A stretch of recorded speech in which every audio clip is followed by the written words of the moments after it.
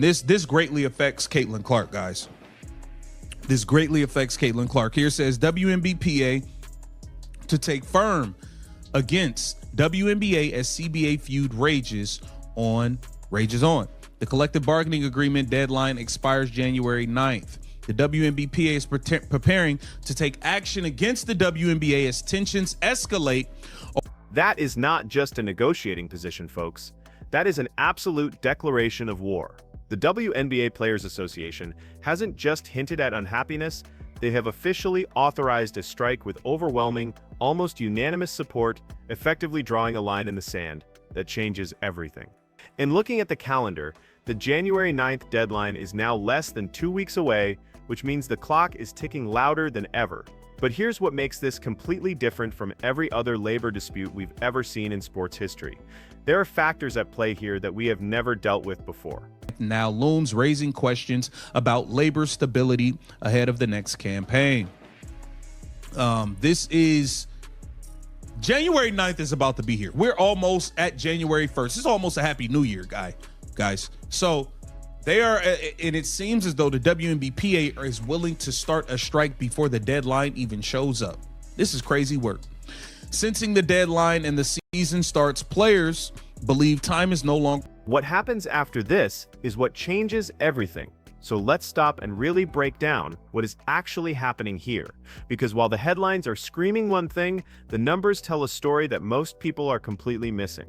We are talking about 93% of all WNBA players who actually showed up and participated in this vote, which is a massive engagement number that is an absolutely historic turnout for any union authorization vote in professional sports. Usually, you see much lower participation rates. And of those voters who showed up, a staggering 98% said yes to strike authorization. This means the WNBPA Executive Committee now has the loaded weapon they wanted, the power to call a work stoppage literally whenever they deem it necessary. The union's executive committee to call a strike if negotiations collapse. And they quoted, "The players have spoken," the WNBPA said. Through a decisive vote with historic participation, our membership has authorized WNBPA's executive committee to call a strike when necessary. Now, we know that they got those votes and all of that. But the thing is, negotiations have not progressed, guys. And this is the second extension that we've signed, that has been signed. And tell me if I'm missing something here. Now, you have to understand that the current collective bargaining agreement expires right after the 2025 season, which means both sides are currently negotiating the framework that will define everything player compensation, revenue sharing, and working conditions for the next 5 to 7 years. This isn't about just tweaking some salary numbers or adjusting the cap slightly. This is about fundamentally restructuring how the WNBA splits its growing revenue pie, changing the entire economic model of the league. And let's be real about one thing. Thanks to the explosion of interest this year, that revenue pie just got a whole lot bigger than it's ever been before. Proposed uncapped revenue sharing model, which they would directly link future salary growth to rising league revenues over time. Despite those assurances, players remain unconvinced. Many fear that without firm guarantees now, future promises may fail to translate into meaningful financial gain. With the season typically beginning around May, both sides face mounting pressure. A prolonged dispute risk overshadowing momentum the league has worked hard to build. For now, the strike authorization stands as a warning shot. If no deal is reached by January 9th, the WNBPA has made it clear it is. And if you want to know how tense things are, Breanna Stewart's quote reveals the fundamental problem perfectly. She said, "What we're doing right now isn't really working. If they're not going to budge, we're going to get to this point where we're just going to be at a standoff." That is not a statement you make when things are going well. That's a veteran all-star, a two-time WNBA champion, a player who has been the literal face of this league for years, explicitly saying that the current negotiation process has failed. But here's where it gets really complicated. The players are demanding significant, immediate salary growth and improved revenue sharing, and they're basing this on what they're calling the league's rapidly expanding market footprint across all their media and sponsorship deals. We need to play basketball this season. None of the other players have come out and said such thing. None of the other players have come out and said such thing. And it really just seems like she's on that island alone at this point. It says Clark wants to ensure the two sides agree on a good deal to properly set up the future of the league. She said it's not something that can be messed up. We're going to fight for everything that we deserve, but at the same time, like, we need to play basketball. That's what all our fans crave. That's what all of you in the media crave as well. You want the product on the floor at the end. And to be fair, they are absolutely not wrong about the expansion or the growth numbers. Attendance grew substantially across the board, and broadcast numbers didn't just go up. They shattered previous records into dust. The WNBA signed new media deals that literally tripled their previous agreements, bringing in an unprecedented amount of cash. So on paper, if you look at the raw metrics, the players have all the leverage in the world, except the league is pushing back with a completely different set of numbers. WNBA officials are arguing that financial sustainability must remain the absolute priority before they open the checkbook. And they've proposed this uncapped revenue-sharing model that would directly link any future salary growth to rising league revenues over time rather than guaranteeing it up front. Anybody but Caitlin Clark come out and say, hey, we need to sit down and we need to come to some sort of compromise. And that needs to be a major part of things, compromising so we can get a deal done and play basketball this season. Here it says it's a business and it's a negotiation. Clark said there has to be compromise on both sides. We're starting to get down to the wire of it. Obviously, I want to help any way I can, and I've tried to educate myself the best I can. I can't speak to every single number. Now, if no deal is reached by January 9th, the WNBPA has made it crystal clear that they are ready to walk. But this is where you need to watch Caitlin Clark's response very, very carefully, because this is where the story splits in two completely different directions. Clark stepped up and said, and I am quoting her directly here, "We need to compromise." And then she dropped the hammer. And ultimately, we need to play basketball this season. Let me tell you, that statement dropped like a literal bomb in Union Circle, because it completely undercuts the hardline stance. She didn't stop there. She continued with even more detail. This is the biggest moment in the history of the WNBA, and I don't want that to be forgotten. It's important that we find a way to play this next season. I think our fans and even everybody who has played in this league that has come before us deserves that as well. So Caitlin Clark is all in on playing basketball this season in the WNBA and finding that happy medium to get a deal done. I don't know if her colleagues, that being the players, are thinking the same. She said, "It's not something that can be messed up. We're going to fight for everything that we deserve. But at the same time, we need to play basketball." She is actively balancing the need for fair pay with the absolute necessity of having a season. Then she pivoted to the fans, saying, "That's what all our fans crave. That's what all of you in the media crave as well. You want the product on the floor at the end of the day." She is reminding everyone that without the actual games, nobody wins. And she hit the nail on the head with the financial reality. That's how you make the money. That's what the fans get excited about. If you really read between those lines, she is saying something that many veterans might not want to hear. Clark just told the union, in no uncertain terms, that a strike would be catastrophic for the very momentum they are trying to capitalize on right now. She is essentially arguing that the players' leverage evaporates the exact moment they walk out of the arena, because the massive 2024 surge in interest wasn't about the WNBA as an institution. It was about specific players, specific storylines, and let's be honest, primarily about her. And this is where Clark's position becomes truly fascinating from a strategic standpoint, because she's approaching this like a CEO. She said, "It's a business and it's a negotiation.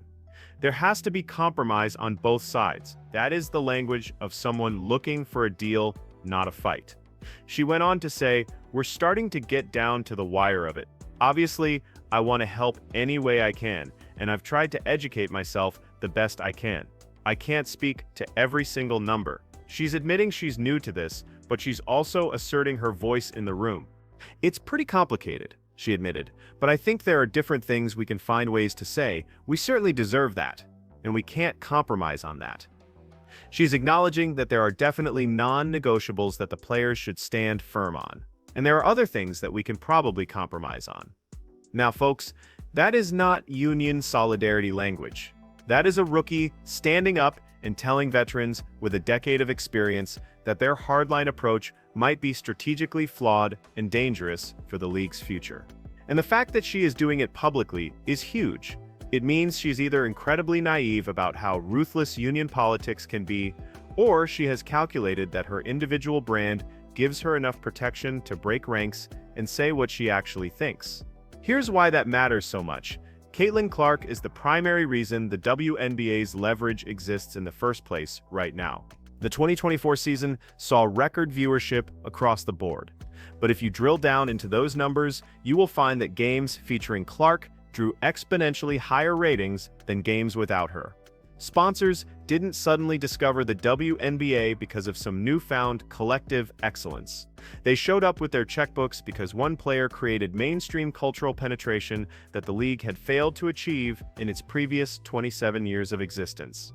Now I want you to contrast Clark's public statements calling for compromise with the absolute radio silence from the rest of the league's biggest stars. Where is Aja Wilson's take on the need for compromise? Where is Breanna Stewart's acknowledgement that the fans deserve to see basketball played this year? Where is Sabrina Ionesco weighing in on the nuanced need to balance player demands with long-term league sustainability? They aren't saying anything because union leadership has clearly established a unified front, and that front does not include nuance or dissent. The WNBPA's official statement was nothing short of militant. Our membership has authorized the WNBPA's executive committee to call a strike when, notice there was no mention of compromise in that statement. No acknowledgement of the fans who buy the tickets, no recognition that the league's financial model is fundamentally different from the NBA's massive profit machine. And that is the elephant in the room that nobody seems to want to address directly in this fight. The WNBA has lost money in most years of its existence. It has been effectively subsidized by the NBA to the tune of tens of millions of dollars annually just to keep the lights on. The 2024 financial performance was certainly better, but we don't have the final audited numbers yet, and even the most optimistic projections suggest the league might have just broken even or posted a very small profit. That is simply not the foundation you usually build. Massive salary increases on. Here is what makes this entire situation so incredibly precarious and dangerous. The expansion draft hasn't even happened yet. Free agency is supposed to begin shortly after the CBA deadline passes, which puts everything on hold. The 2025 season typically starts around May, which means training camps would need to begin in late April to get ready. If negotiations collapse and players strike, the entire infrastructure of the upcoming season falls apart instantly. New expansion teams in Golden State and Toronto would be left completely in limbo. Free agents couldn't sign contracts because the salary structure wouldn't be defined, so nobody would know what they're getting paid. Sponsors who committed big money based on 2024's momentum would have legitimate grounds to renegotiate or withdraw entirely. The new media partners who tripled the league's broadcast deals would be paying for games that simply do not exist. And most critically, the casual fans who discovered the WNBA through Caitlin Clark in 2024, the ones driving this growth, would evaporate. They are not die-hard basketball fans who have been there for decades. They are not committed to the league as an institution. They showed up for a specific player and a specific narrative that caught their attention. You take away the games, and they will move on to the next cultural moment without looking back. That is exactly what Caitlin Clark understands that her veteran colleagues apparently don't seem to grasp. Her quote captures the stakes perfectly. This is the biggest moment in the history of the WNBA, and I don't want that to be forgotten. It's important that we find a way to play this next season. She knows that momentum is a terrible thing to waste. She added, I think our fans, and even everybody who has played in this league that has come before us, deserves that as well. And frankly, she is not wrong about that. The 2024 season represented a genuine, once-in-a-generation inflection point for the sport. For the first time in the league's entire history, mainstream sports media covered WNBA games as significant cultural events, rather than just feel-good novelty stories. Major brands were actually competing for sponsorship opportunities. Arenas were selling out consistently in multiple cities. The algorithm on social media actually favored WNBA content because the engagement was real and organic. But we all know that momentum in sports is incredibly fragile. It requires consistent reinforcement or it dies. The WNBA had a golden chance to build on 2024's massive success with a 2025 season that capitalized on all these established storylines. You have Clark's second year, the new rookie class coming in to compete with her, the expansion teams entering the league, and the ongoing rivalry narratives that developed. A strike destroys all of that potential instantly. It replaces exciting basketball stories with boring labor dispute coverage. It turns casual fans into frustrated former fans who feel cheated. It gives sponsors an excuse to redirect their budgets elsewhere, and it hands fresh ammunition to every critic who has ever argued that the WNBA isn't a viable business. The players' position is that they absolutely need to strike now because they will never have more leverage than they do at this exact moment. The league just had its best year ever. The media deals are signed and sealed, the expansion fees are paid and in the bank. This is the moment, they argue, to extract maximum value, but that analysis ignores a fundamental reality of the situation. Their leverage is almost entirely dependent on one single player who is publicly stating she doesn't support a strike. If Caitlin Clark decided to cross a picket line and play, what exactly would the union do? Would they fine her? Would they suspend her? Would they turn her into a martyr for fans who just want to watch basketball? The WNBPA is playing an incredibly dangerous game of chicken here. They are betting everything on the assumption that Clark won't actually break ranks when it matters most. They're betting that her public statements about compromise are just positioning for future negotiations, that she will ultimately fall in line with union solidarity like everyone else. But what if they are wrong? What if Clark decides that her obligation to the millions of fans who made her a cultural phenomenon outweighs her obligation to veteran players who have spent much of the past year trying to diminish her accomplishments? What if she calculates that her individual brand is strong enough to survive the backlash from the union? The January 9th deadline is coming fast, like a freight train. Both sides have already agreed to 2 extensions, which suggests that neither side really wants to blow this up. But make no mistake, the strike authorization vote wasn't symbolic. 98% support means the players are dead serious. They are prepared to walk out the door if their demands aren't met. And looking at the other side, the league's position is hardening too. They've proposed the uncapped revenue sharing model, which sounds generous on the surface until you realize it means players only get paid more if the league actually generates more revenue. No guarantees, no promises, just a direct link between business performance and compensation. That is a perfectly reasonable position from a business standpoint. But it is an incredibly tough sell to players who watch the WNBA's revenue grow substantially in 2024 and want immediate, guaranteed compensation for that growth right now. They don't want to wait for future revenue that might not come. They want to be paid now for the value they are creating right now. So we are heading straight toward a massive collision. The union has fully authorized a strike. The league is refusing to budge on guaranteed salary increases. Caitlin Clark is publicly breaking ranks and calling for compromise. And the clock is ticking down relentlessly to a deadline that could define the WNBA's future for the next decade. If they strike, the entire 2025 season is in serious jeopardy. If they don't strike but accept a weak deal, the players will feel like they missed their massive moment. If they strike and Clark crosses the picket line, the union fractures completely. If they strike and Clark doesn't cross but the season is canceled, they lose all the momentum they have been building since 2020. There is absolutely no clean win here for anyone.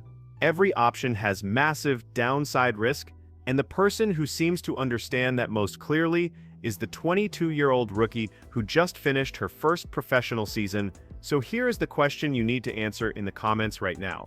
Is Caitlin Clark right that compromise is essential and playing basketball matters more than maximizing this negotiation? Or are the veteran players right that this is their one chance to fundamentally restructure the league's economics and they need to be willing to strike to get it?